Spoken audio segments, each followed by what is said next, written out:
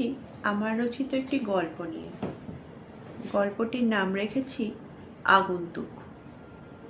রেখা college থেকে বাড়ি ফিরল। আজ তার কোচিং আছে,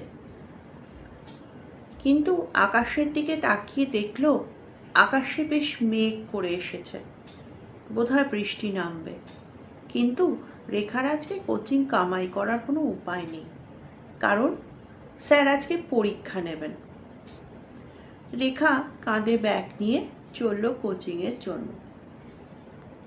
কোচিং থেকে পড়ে বাড়ি ফেরার সময় দেখল যে বেশ জোরে বৃষ্টি হচ্ছে, সঙ্গে ঝোড়ো হাওয়া।